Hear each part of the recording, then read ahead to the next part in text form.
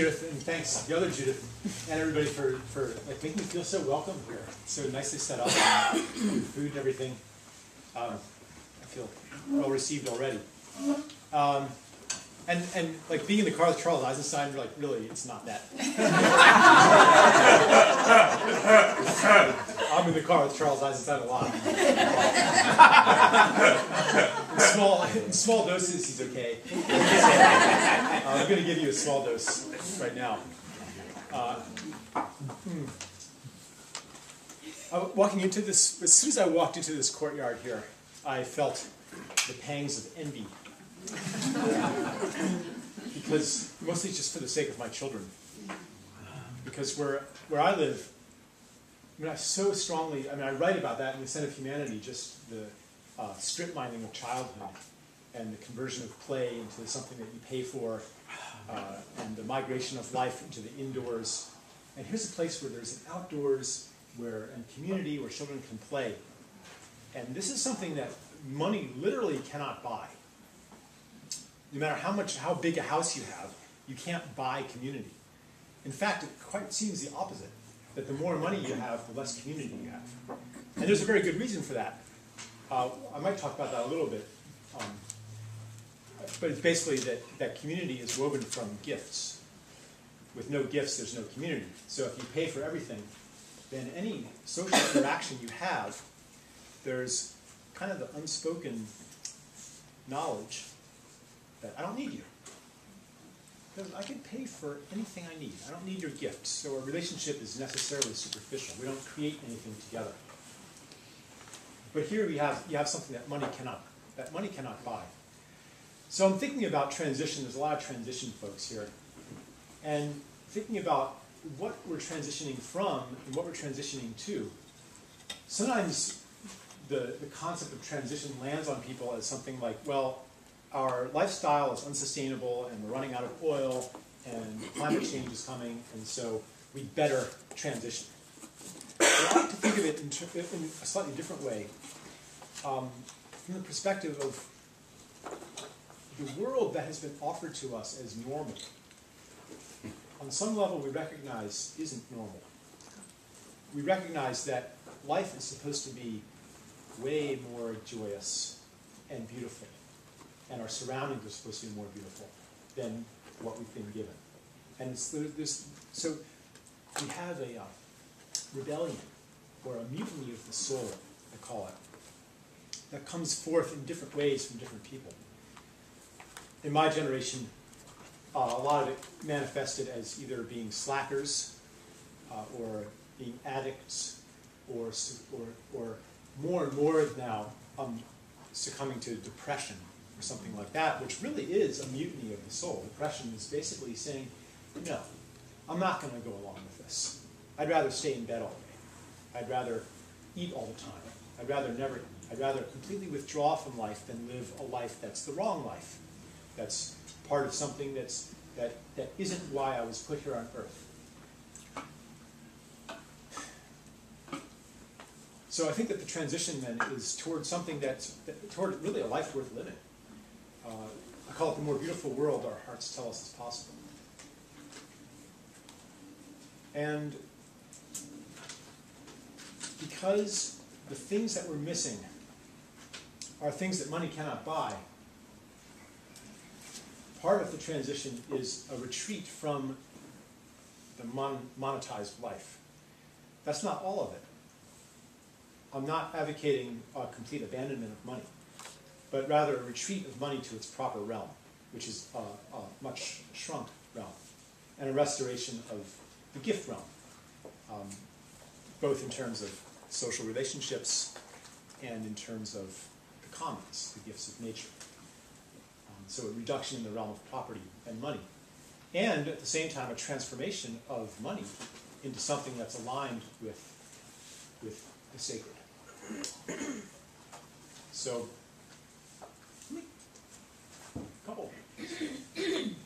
two things then. I want to go in many directions at once. Let me consult my notes here. Okay. Just one more word about why, like what gifts have to do with community. when you give a gift to somebody, and you probably in this community have lots of opportunities to do that, it could be just like cooking a meal for somebody, or helping somebody carry something, or lending something to somebody, which is a gift of the use of a thing. It creates a bond. If I give you something, then you're going to want to give me something back. Or maybe you won't necessarily want to give something to me back, but you want to give something to somebody else in the community because you're infected with the spirit of giving, and eventually that'll come back to me, especially if you have a history of witnessing the circulation of gifts and witnessing the generosity of the people around you. So a gift creates a tie, or we could say an obligation, which actually, etymologically speaking, means a tie. On the tie, right? So it means, now why do we think obligation is a bad thing? And we want to be free of obligation. That's what the American dream is all about. You achieve financial independence, which means that you don't need anybody's gifts. You can pay for everything, which means that you have no ties. And then you achieve this paradise, and you find out that it's a hell because you have no relationships, no real relationships. All you do is consume together with people. That's the only relationship you have, joint consumption. And there's no intimacy in joint consumption, because intimacy comes from joint creativity and play. And being like in a band with somebody, then you have some intimacy, or building a house with somebody, because that brings out your gifts and and your purpose. And it shows something real about you, even on a sports team. So yeah, we basically, our culture aspires toward hell, and then when you arrive when you arrive there, there's all these things that money cannot buy that you're not getting, such as seeing your children playing freely in the kingdom of childhood, or you can buy all of the music that you want if you have money, but you can't buy a song sung for you. On top of every quantifiable thing, see, there's the unquantifiable thing that nourishes us on a different level. We need the quantifiable things. We need a certain number of calories, but we also need the thing that rides upon the vehicle of that you cannot quantify. And that thing is fundamentally outside the monetary realm.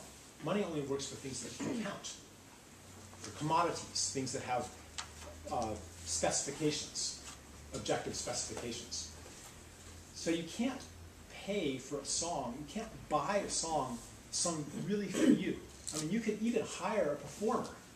You could hire Sting to come here and sing to us, but he might just be putting on a performance and not really singing to you the way that a lover serenades you.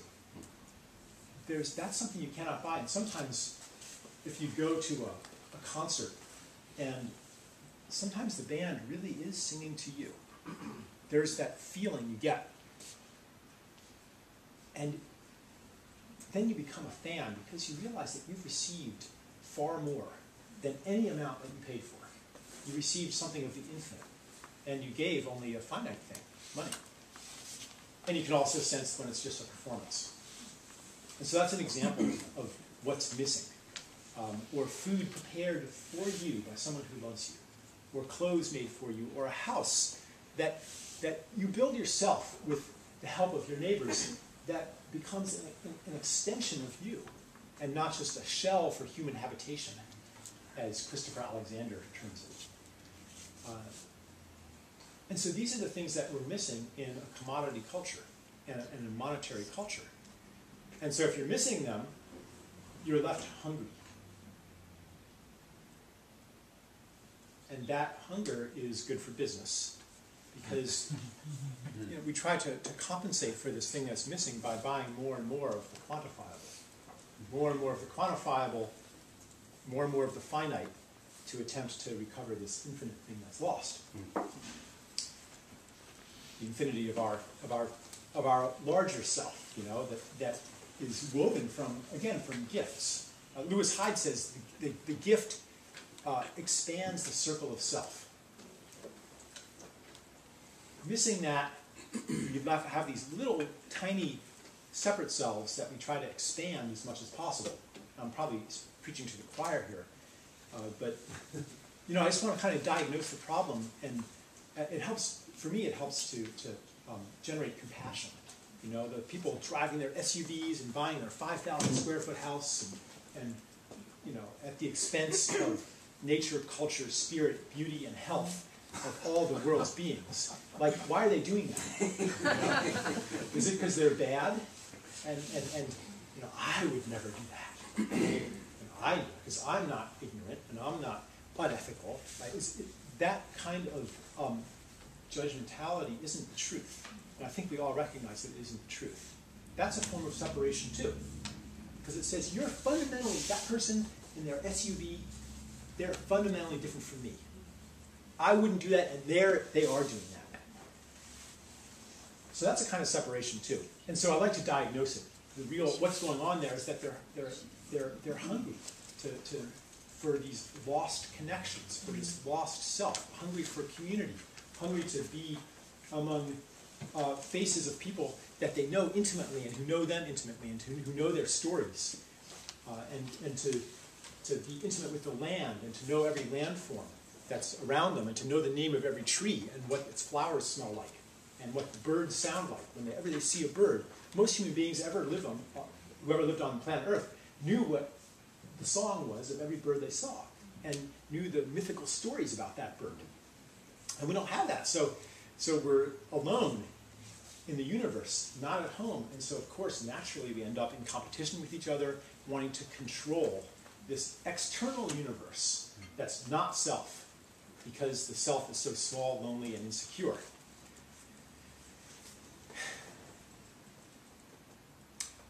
So yeah, the judgmentality is based on an untruth. They're just hungry, that's all. Hungry for connection, hungry for the unquantifiable things. And so rather than, so when you're out there proselytizing and evangelizing for whatever you believe in, I think it's important to see people with those eyes and not the eyes of judgmentality, because if underneath your words is the judgment, you know, there's something wrong with you, you're taking too much and you're going to have to sacrifice and you're bad, then quite rightly they're going to be resistant. And it's actually going to harden their position, and it won't work. Even like tactically, it's a bad idea.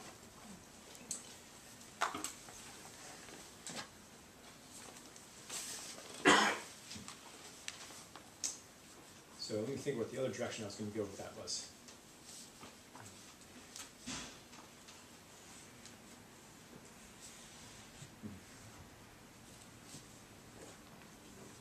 It's good to be here.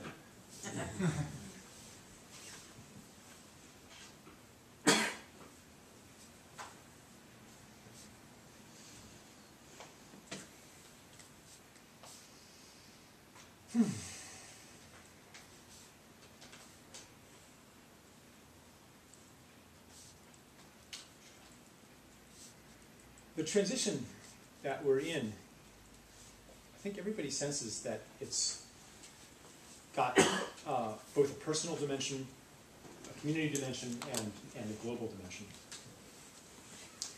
So I'd like to talk a little bit about the kind of the big picture of what's going on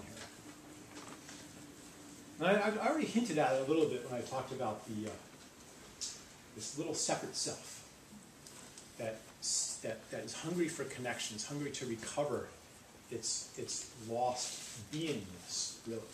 Because what our culture teaches us is self, is only a tiny fragment of the self. Every culture has a different story of self, I call it. A different myth of self, a different set of answers to the questions of you know, who are you? Why are you here on Earth? What's the purpose of human life? Where did I come from? Where did we come from? Where are we going? What's the meaning of life? What's valuable? What's important? Different cultures have different answers to that. And our culture, the answer that has developed over, well, actually millennia, but intensifying over the last few hundred years, is that what you are is a separate skin-encapsulated mind or soul or ego, separate from other ones out there. A soul encased in flesh, a bubble of psychology walking around inside a flesh robot in an objective universe, in which, and because there's this universe out there that operates according to the laws of physics, which don't care about you, they're separate from you, they're impersonal laws, operating on the protons, neutrons, and electrons of which you're made. You're living in an indifferent or hostile universe. And so the best you can do is to harness as much force as you can to make yourself safe and secure. Everybody else out there is trying to do the same. Therefore, they are your competitors. And biology backs this up. It says, yes, indeed, they're your competitors because everyone's genes program them to maximize reproductive self-interest. Survival of the fittest. And one way to be fit is to be able to manipulate others into serving your interests, like the cuckoo bird laying its eggs in the other bird's nest. That's biology. Take it or leave it. And well, so therefore, if we want a decent society and we want to be decent people, because really that's pretty much the epitome of evil, right? That you will do anything it takes to maximize your own self-interest, which is, by the way, what economics says is human nature too. That's the epitome of evil. So if you want to be a decent person, a good person, then you have to overcome yourself. You have to struggle against yourself, win a war against yourself, a war against desire, a war against pleasure, and transcend nature. Transcend your inner nature, raise your vibration, raise your consciousness, operate according to reason and not base instincts.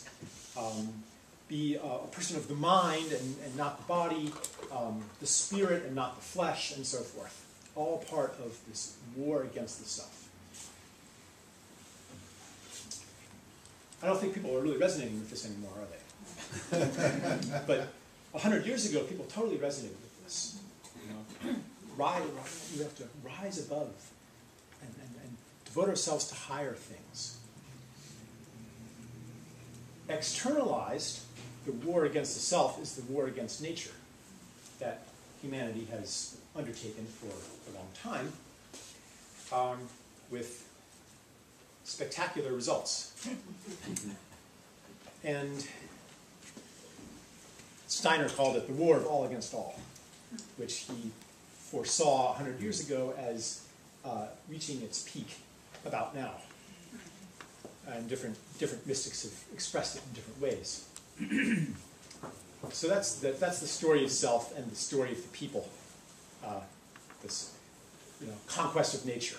That's the story of the people, the defining myth of our civilization.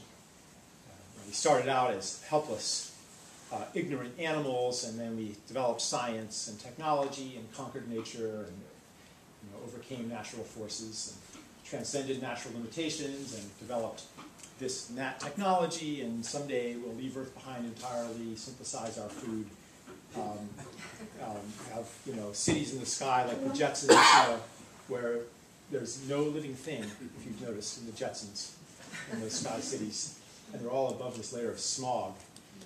Somebody was actually, I don't know, a little subversive, I think. But that again is an obsolete. We don't resonate with that anymore the way we did 100 years ago, when people wanted to be a captain of industry and participate in the conquest of nature, and that was considered a great thing to do. Hi. It's a real man.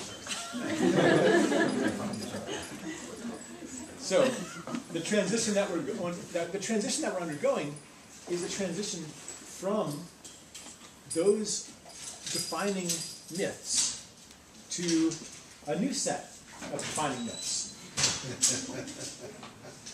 And everything that people are enthusiastic about today, whereas 2 generations ago, ambitious, idealistic, good-hearted young person, would want to be a NASA scientist or something like that, or a nuclear engineer, or develop a way to cut down forests faster. Today, young people are not resonating with that. They want to do permaculture, or be a holistic healer or something like that. So all of the things that are dynamic and exciting, where the real energy and brilliance wants to go, are the things that are aligned with the new stories, the new story of the self and the new story of the people. Unfortunately, all of our institutions are still based on the old stories. For example, the institution of money, which creates separation, as I've described, and also is part of the myth of ascent, the story of conquering nature, because the money system necessitates and compels endless growth, and endless economic growth, which means growth in the realm of goods and services that are exchanged for money. So more and more of nature gets converted into goods. More forests get converted into board feet. More minerals get converted into metal and into landfill. And more human relationships get converted into services. So all of these things that here you still kind of do for each other as gifts, out there where I live, you pay for everything. And this has reached its extreme in my generation. Where when I was a kid, people still cooked for themselves. You didn't really pay for childcare. The kids were running around the neighborhood. There were always people to watch them. You didn't pay for video games. We went outside and played.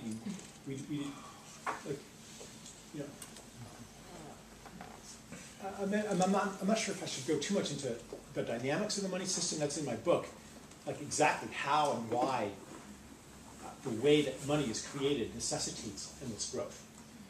But it has to do with interest and the way money is created through interest-bearing debt.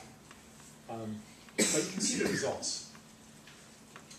That a business plan that will work has always worked, and in this kind of money system always will work, is basically you find something that people do for each other or do for themselves, and you take it away and you sell it back to them. So how about, and thanks to technology, we come up with new ways to replace what was free with, like, communication. That was once something you didn't pay for, but now you have to pay to communicate. Like, wow, that's a brilliant invention. Or water. You can pollute the water, and then you have to pay for water, pay for a filter, or something like that. Or how about adventure, play? When I was a kid, like, bye mom, and we'd go wandering off, like, a couple miles sometimes, swim in the creek, play, in the abandoned quarry, throw rocks down from 100-foot cliffs, and then we'd go home. And mom had no idea where we were, and that was okay, but today that's actually criminal. Like, to let your kids go unsupervised, you can get charged, and this happens actually. Yeah. So you take away that adventure, and then you sell people a substitute for the adventure that they're missing, which would be the World of Warcraft massive multiplayer video game, or all of these. You go on a fake adventure, where you watch a television show where the characters are going on these adventures and having the adventures that the children aren't having. So you pay for what was once free. Okay, so that works great. It works great as long as there's some of nature left to convert into money, some relationship left to convert into money. But what happens when you run out? What happens when you can't cut down more forests anymore? You can't increase the fish catch anymore. You can't pump more oil, and there's nothing left for people that people don't pay for. And society is so ravaged, so atomized, so alienated, that if you take anything more, then everything just falls apart. So the ecosystem's falling apart, the fabric of society is falling apart because there are no ties anymore. What happens then? Then you got a problem. There's no more room for economic growth. But the money system only works if there's economic growth. Banks only lend if there are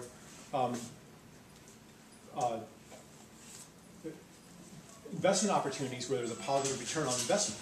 Otherwise, they don't lend. They keep the money. Money doesn't circulate. The rich get richer, the poor get poorer. debts increase faster than income, and eventually the whole thing implodes. To prevent that from happening, you can find some way to extend, find some new area of natural capital, or social capital, or cultural capital, or spiritual capital. And I gave examples of all these. Play would be a form of spiritual capital, right? You find some new area to grow into. You can do it by colonizing other countries. You know, you can do it by piously saying, oh, those poor people in Brazil living on less than $1 a day, let's increase their incomes, which really means kick them off the land and then make them buy stuff in the commodity economy and work in a factory. Okay, but see, there's some natural and social capital that hasn't been converted into money yet. So you do that for a while, or you can do it through war, or through technology. But what's happening now is we're running out of all these solutions. War between the great powers, unfortunately, isn't possible anymore because of nuclear weapons. And we can't extract that much more from nature or culture, as I've described, because it's killing the planet, and because people are resisting. So that's kind of the big picture about why there's a financial crisis now, and how it's tied to the crisis of our deep stories. Money embodies these stories again, and ultimately these stories are not true. It's not true that we are discrete, separate beings in a universe of other. And anything built on an untruth will collapse eventually. So all of our institutions, not just money, but like the medical system, the healthcare system, is based on the same paradigm. There's these competing things out there called germs. We have to conquer them. There's natural forces in the body that we have to control, and unnecessary body parts. It's all based on control. And it seems to work for a while. The results of control are very gratifying at first. You know, that first dose of chemical fertilizer, that first application of the pesticides, wow, it really works, you know. But then you get diminishing returns, and eventually you need higher and higher doses just to break even. It's just like a drug addiction. You know, that first stiff drink, I read a beautiful book by an alcoholic. He said, the first thing alcohol taught me was that the pain could be made to go away. And the second thing it taught me was to make the pain go away at any cost. And it was any cost. And eventually, the amount of pain that it was causing was greater than the amount that it made to go away. And that's the state that we're in right now. The pain that our technological fixes are causing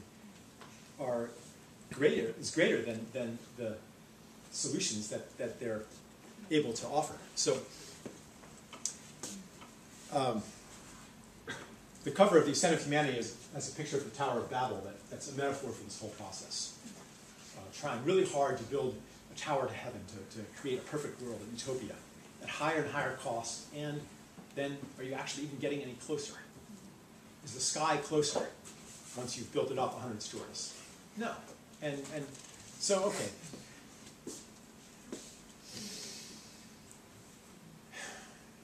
So every institution, money, medicine, education, politics, technology, the law, criminal justice, I mean, every government, every institution is in a parallel crisis. And this is how transition happens. The old world has to fall apart. I don't know very many people who have made a major transition in their life without the old world falling apart. So that's what's happening today. The old world is falling apart. The institutions built on these obsolete stories are falling apart, and they're birthing us into a new world. New stories. New story of the self, new story of the people. And to make a long story short, the new story of the self is, of course, the connected self. The self of interbeingness that understands that you know, we're the same being looking out from different eyes, that what I do to you, I'm really doing to myself, that your well-being is connected to my well-being, your suffering is connected to my suffering. This is something that we've always known, in our hearts. But our minds are like, no, no, no, no. What happens to you? What does that have to do with what happens to me? In fact, if something bad happens to you, that might even be good for me, because you won't be able to compete as well anymore. Hence, professional envy. You know, I don't want you to do well, because then there's not enough room for me. It's a scarcity-based mentality, which is a prime scarcity. Along with rational self-interest, is a basic axiom of economics as it's taught. So you know, we have these mental constructs, these beliefs that contradict the knowledge of the heart, which knows that we're connected. And so we've had an opposition between mind and heart for a long time, between the mind's logic and the heart's logic. And that's ending now because we're stepping into a new logic of the connected self that backs up these long-held intuitions. And we see it in biology, with the understanding of ecology, you know, that whatever we do to the ecosystem is going to affect us. We see it in physics, with the breakdown of the subject-object distinction. We see it in every field. We're seeing this new understanding take place. In medicine, you know, like these bacteria that infest you, like these are actually really important to your health. And they're actually part of self, and not an other. So that story is breaking down, and the story of conquering nature, like, it's hard to say it without derision today. But people used to, conquest of nature. But now we don't want to conquer nature, we want to co-create with nature. We've fallen in love with the earth. And we don't treat it as a bunch of stuff anymore. We don't want to. But we still have a lot of leftover habits of separation. Everybody does. So that's the transition. On a personal level, on a community level, on a global level, it's to transition into the new defining stories of the people and of the self. So in my book I describe, in Sacred Economics I describe, you know, what that looks like. What would a money system look like that was aligned with the connected self and partnership, co-creative partnership with Earth. And I don't think, it's only half an hour. In fact, I probably almost used up my half hour. I'm not going to keep going. Yeah. Well, I'm just kind of wondering which direction to go here, and I can go kind of more, with some of these. I mean, they're really cool, some of these macro understandings, or I could also take it more into personal alignment with the new stories too. Person. Oh, right. Okay. Right. They're connected though. Macro personal. Okay, so let's start with macro then.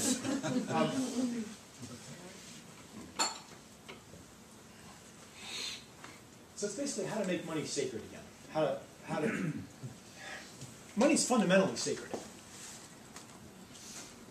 It seems the opposite of sacred today, but it's always had this magical quality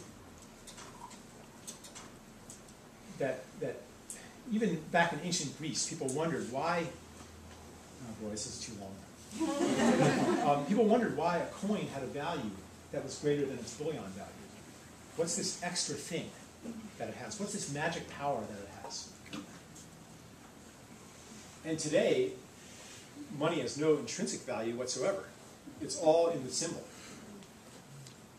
Now, if you went to Haiti, okay, and saw a voodoo master writing these mystical symbols on a piece of paper, and then that piece of paper is delivered to somebody, and that person has a heart attack, or is ecstatically happy, or becomes the slave of the voodoo master for life, you'd say, well, that's, superstition.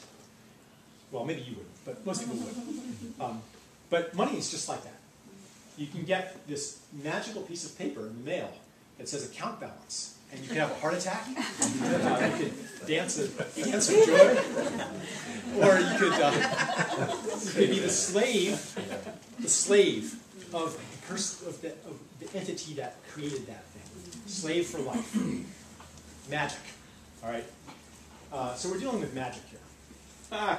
And so the question then is how to, but this magic comes from our agreements about these symbols, or from the interpretation of these symbols. So the question and so when I say a story is a set of interpretations. It's something that gives meaning to these bits and says what's valuable.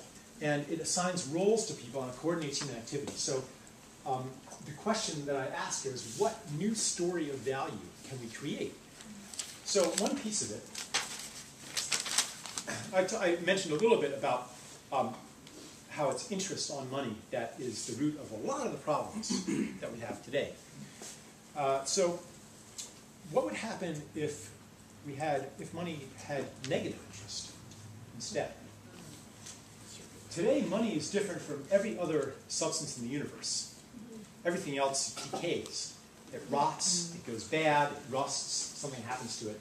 And if you hold on to it, it gets less and less valuable.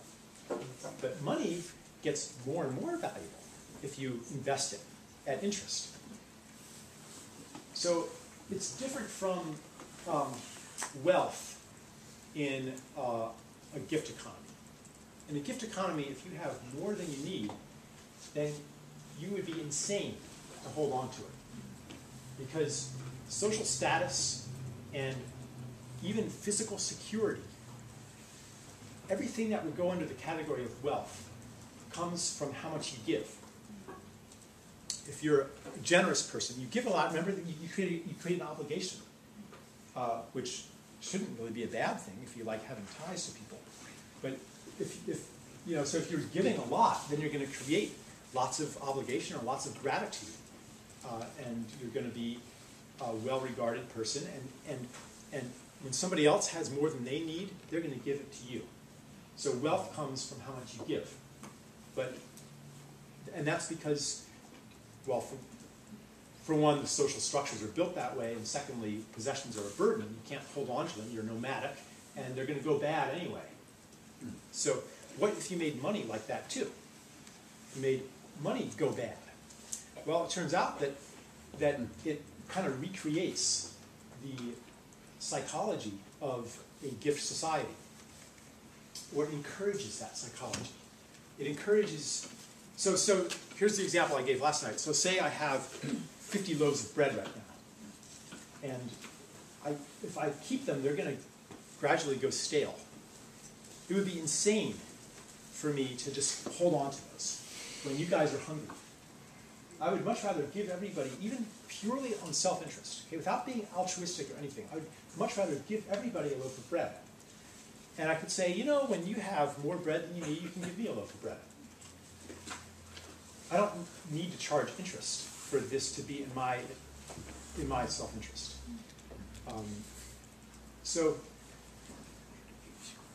the problem that we're facing financially right now in the financial system is that those who have money are just keeping it. They're not spreading it through the economy. They're not creating jobs. They're not investing in the economy because the economy's not growing. So you're better off holding on to it than investing in a widget factory or something that's going to lose money or just break even. But if interest is negative, then it's no longer in your advantage to hold on to the money. So that's one little thing. And another piece of it is that let's maybe take it to the psychological level then.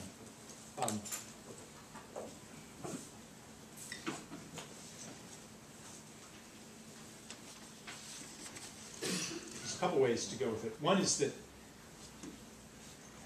we associate money so much with self. That's the last thing people share, is money.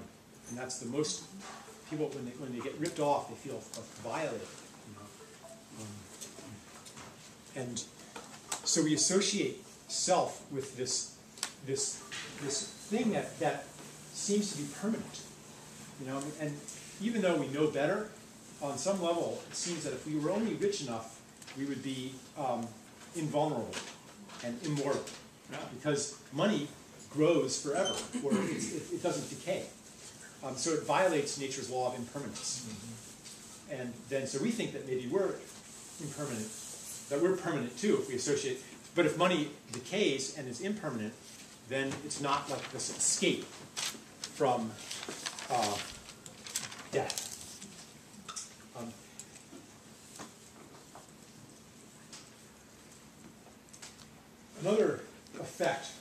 this isn't what the whole book is about, but it's just one piece of the economic picture.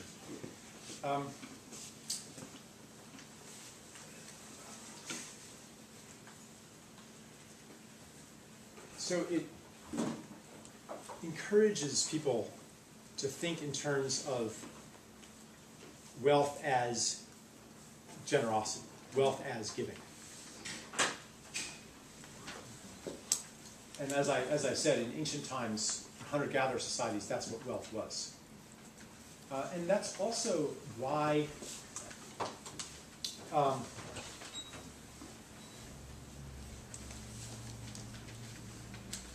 yeah, let's go into the gift. So here we are. We'll do the first one now. Here we are. You're born, and you're born as this naked, completely helpless blob of flesh. You're a baby. You cannot, and like imagine if you walk out the door after this talk, and instead of the courtyard, you're in this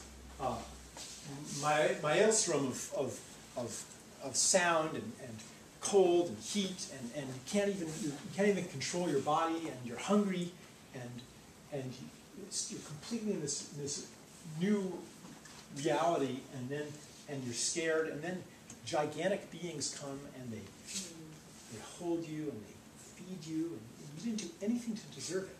That's kind of what it's like to be born. You don't do anything to deserve being nursed. You don't earn your milk. You don't earn being clothed and being taken care of and being loved. It's all a gift. And you don't earn, like human beings in general, we don't earn having a planet that can support life. And we don't earn having soil that can grow food. And we don't earn there being air, even a ground to stand on. It's all a gift. The natural response to having received a gift is the desire to give in turn. Gratitude. That's the knowledge of having received and the desire to give in turn. And so we're all born with a desire to give. That's fundamental to human nature. And it's really runs contrary to almost everything economics teaches us, which talks about the disutility of work and says that people will only work if paid to work.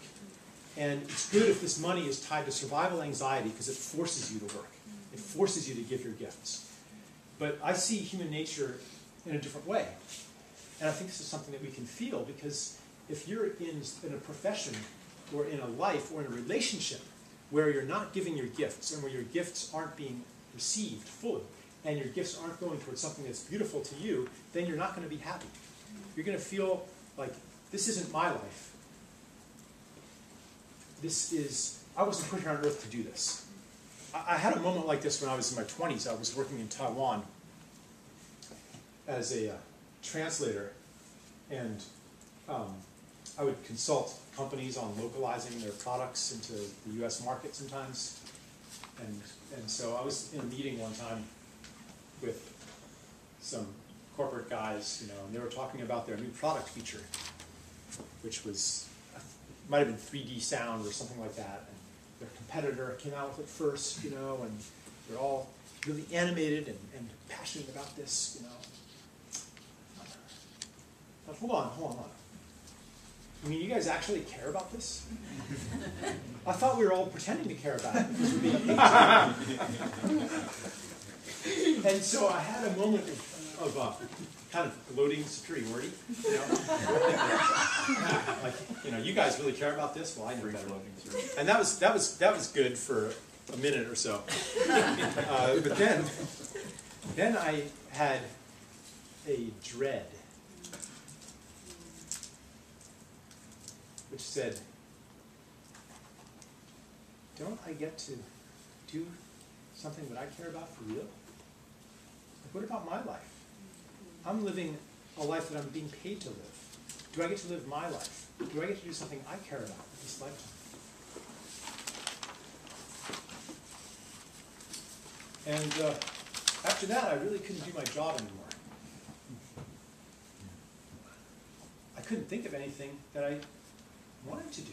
that I really cared about that I could get paid for. So that began a very long journey. Eventually, I figured out that there's a very good reason why the things that we really care about and really want to do don't have a lot of money in them, and that all the money is in things that we don't really want to do. There's a reason for that. It's not a coincidence. It's because money is aligned with these old stories. What money rewards and encourages is your participation in the conversion of the planet into cash. If you think of a better way, if suppose you have good personal skills, good interpersonal skills, and you could either lobby the legislature to relax the restrictions on toxic waste dumping. Someone's going to pay you a lot to do that.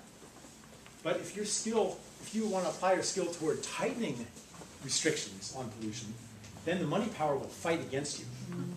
There's not a lot of money in that. And that's simply because the way that money is created in this system. It goes to those who will create even more of it. A bank is not going to lend you money for a project that's not going to bring even more money. So if you say, I'm interested in reskilling, I'm going to teach people how to cook again and how to garden again, and banks will, okay, where's your business plan? How are you going to monetize this? A lot of times the people who are interested in reskilling they don't have a lot of money. People who want permaculture, they don't have a lot of money. Where's the money going to come from? You're not making more sellable stuff. In fact, you're doing the opposite. You're reducing the amount of sellable stuff. So the only way around it is to live off of gifts in some way. Because even if someone's paying you to teach reskilling workshops or something like that, you're not going to be making them even more money. Or the person who's paying them, at some point somebody's not making money from it, they're actually giving money. So there's a part in the book about right livelihood that goes into that. But right now I'd like to maybe just go into two things. One is, what can you do about it, given that we're facing a mounting crisis based on the conversion of everything into money? What can we do? So kind of on a macro level, but it also is personal. One thing you can do is to hasten the crisis and mitigate its severity at the same time by finding something that could be converted into money and protecting that. Or reclaiming some of the money realm and taking it back into the gift realm. So reskilling would be an example. Or creating systems of sharing, like Alpha does. Alpha creates these gift circles and teaches people how to do gift circles, where you get together and you share what your needs are, you share what you want to give, and people meet each other's needs without money. Well, Alpha, I'm sorry to say, you are hurting our national economic growth. Because every time somebody does that, that's one less thing that's bought. That means less demand, fewer jobs, and you're actually making the financial crisis worse. Every time you allow people to spend less money. And so that, or if you protect a wetlands from development, or stop a road from being built, or stop a gas pipeline from being built, or outlaw fracking, or do any of that stuff, you're giving the machine less food. The machine that chews up beauty and spits out money gets less food, and it makes it die sooner. And at the same time, you're also preserving real wealth that we're going to need to rebuild after things fall apart. There's still going to be something left. There's still going to be some biodiversity left. There's still going to be some skills left, some social capital left. There's still going to be some soil left, some aquifers left. Okay, so that's one very practical takeaway from this. Now, everybody is making this transition to the connected self. I mean, it's not just an intellectual concept, you know. It's an embodied belief. And so I keep finding in myself invisible habits of separation.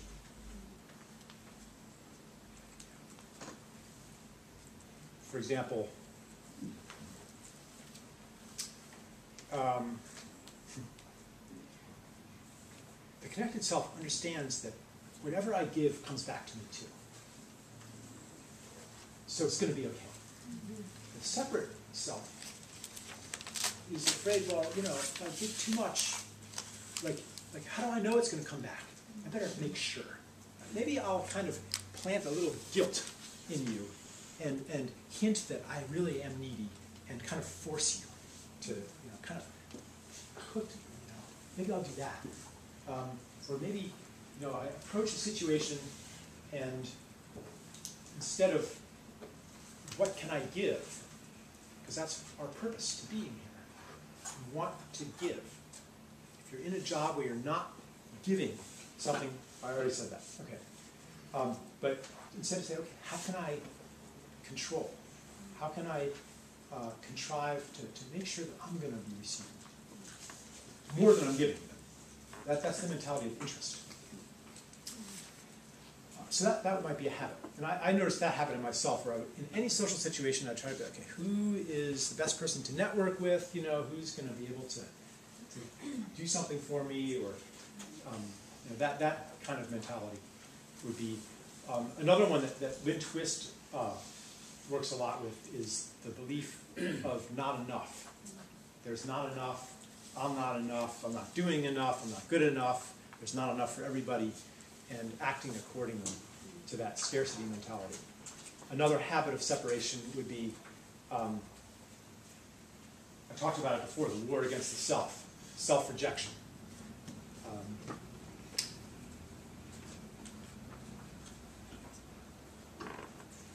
Which has many, many subtle forms. I had a whole list of them, but I didn't bring it. For example, though, taking pride in your spiritual practice, thinking yourself good because you have a low ecological footprint, despising those awful people in their SUVs, or patronizingly indulging them,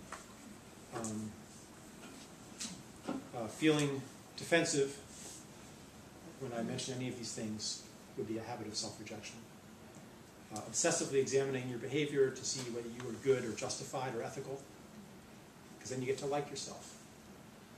That's another habit of separation. So I'd like to then invite a conversation over lunch. Okay, we're going to be having lunch, and before we break for lunch, I'd like everybody to spend 1 or 2 minutes in silence.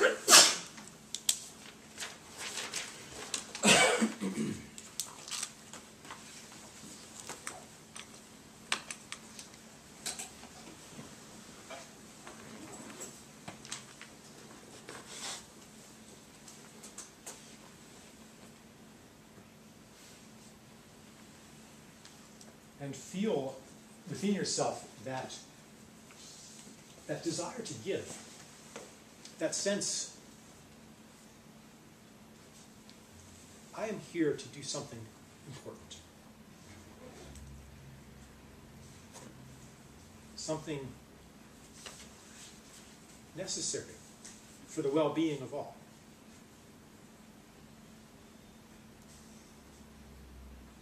Noticing any feelings of bashfulness.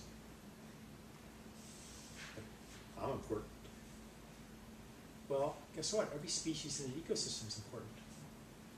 Any single one of them is eliminated and everybody suffers. And we're the same.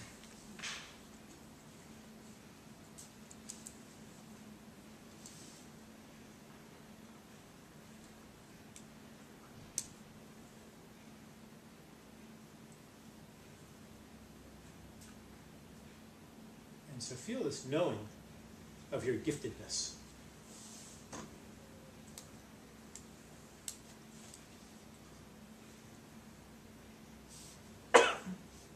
And then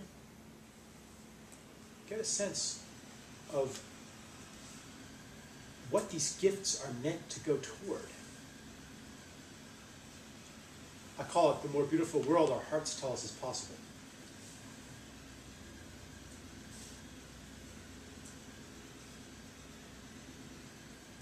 And whatever form that takes, whether it's on a family level, a community level, bioregional, global, there's something that wants to be born on Earth. Something that wants to be born on Earth.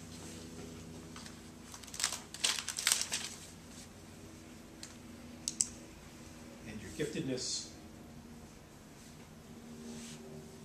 And lastly, what's blocking your giftedness? External things. You can't afford to do it. Something stopping me, or internal things. Fear, shyness.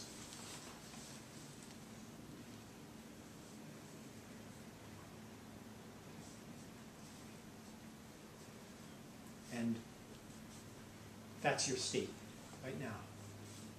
Gift, the desire to give, fear, all of it. Here you are.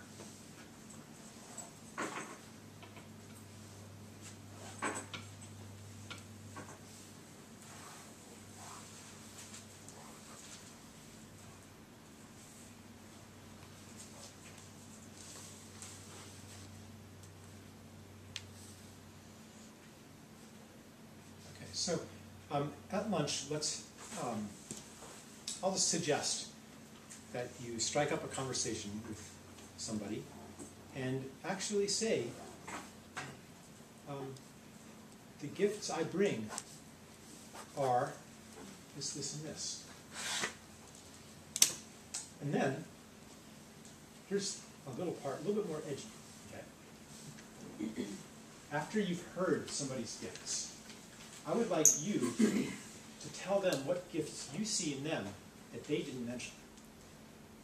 Maybe because they were shy, or maybe because they didn't even see them. But, you know, in this movement, we need each other to be what we can be. Enlightenment is a group project. Let's put it that way. So, okay, and really do this. After you've heard them say thank you, and I also see in you this gift. Okay? Right. So, thank you so much. Anything else I need to mention? Any logistical things? Yeah, I think we'll break for maybe about 20 minutes or so, and then come back and together. All right, yeah, we could do a follow-up on this too. Or, yeah. All right, thanks.